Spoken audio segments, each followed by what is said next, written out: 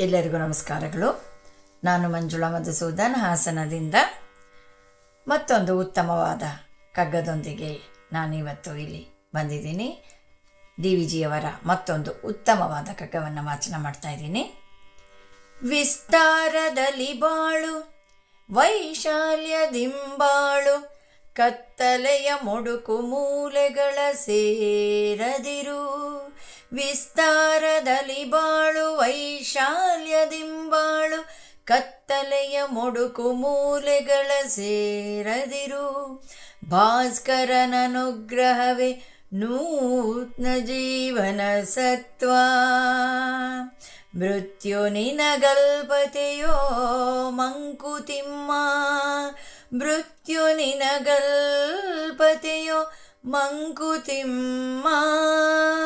ಮೃತ್ಯು ನಿನಗಲ್ಪತೆಯೋ ಮಂಕುತಿಮ್ಮ.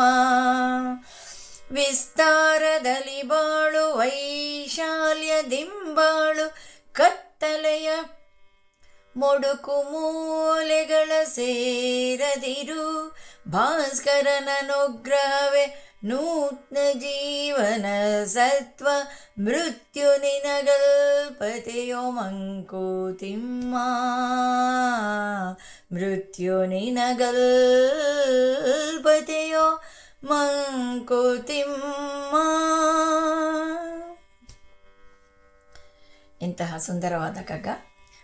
ಇದರ ತಾತ್ಪರ್ಯ ಹೀಗಿದೆ: ಜಗತ್ತಿನಲ್ಲಿ ಜೀವನವನ್ನು ನಡೆಸುತ್ತಿರುವಾಗ ನಿನ್ನ ಜೀವನದ ವ್ಯಾಪ್ತಿ ವಿಸ್ತಾರವಾಗಿರಲಿ. ಎಷ್ಟು ಚೆನ್ನಾಗಿ ಹೇಳಿದ್ದಾರೆ. ನಮ್ಮ ಜೀವನದ ವ್ಯಾಪ್ತಿ ಯಾವಾಗಲೂ ವಿಸ್ತಾರವಾಗಿರಬೇಕು ಅನ್ನೋದನ್ನು. ಮನಸ್ಸು ವಿಶಾಲತೆಯಿಂದ ಎಲ್ಲರನ್ನೂ ಸೇರಿಸಿಕೊಳ್ಳಲಿ. ಖಂಡಿತವಾಗಲೂ ಹೌದು. ಬಡವ, ಬಲ್ಲಿದ, ಸಿರಿತನ, ಬಡತನ ಯಾವುದೂ ಲೆಕ್ಕಕ್ಕೆ ಬರೋದಿಲ್ಲ.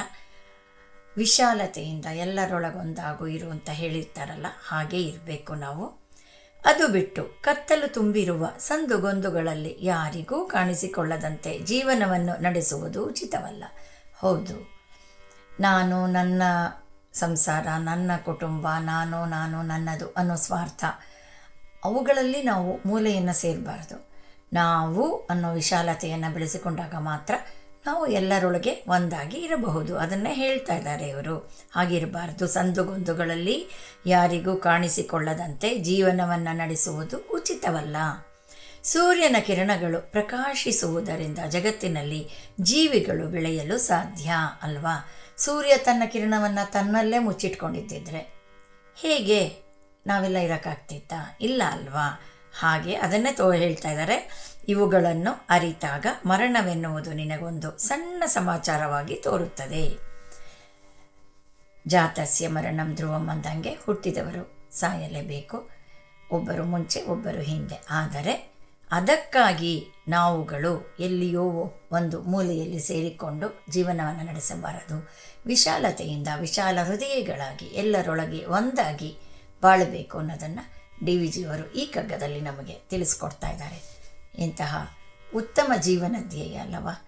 ನಾವೆಲ್ಲರೂ ಖಂಡಿತವಾಗಲೂ ಪ್ರಯತ್ನ ಪಡೋಣ ಆ ರೀತಿಯೇ ಇರೋದಕ್ಕೆ. ಸರ್ವೇ ಜನ ಸುಖಿನೋ ಭವಂತು, ಸಮಸ್ತ ಸನ್ಮಂಗಳಾನಿ ಭವಂತು. ಎಲ್ಲರಿಗೂ ಮತ್ತೊಮ್ಮೆ ಮಗದೊಮ್ಮೆ ಮಂಜುಳಾ ಮಧುಸೂದನ್ ನಮಸ್ಕಾರ.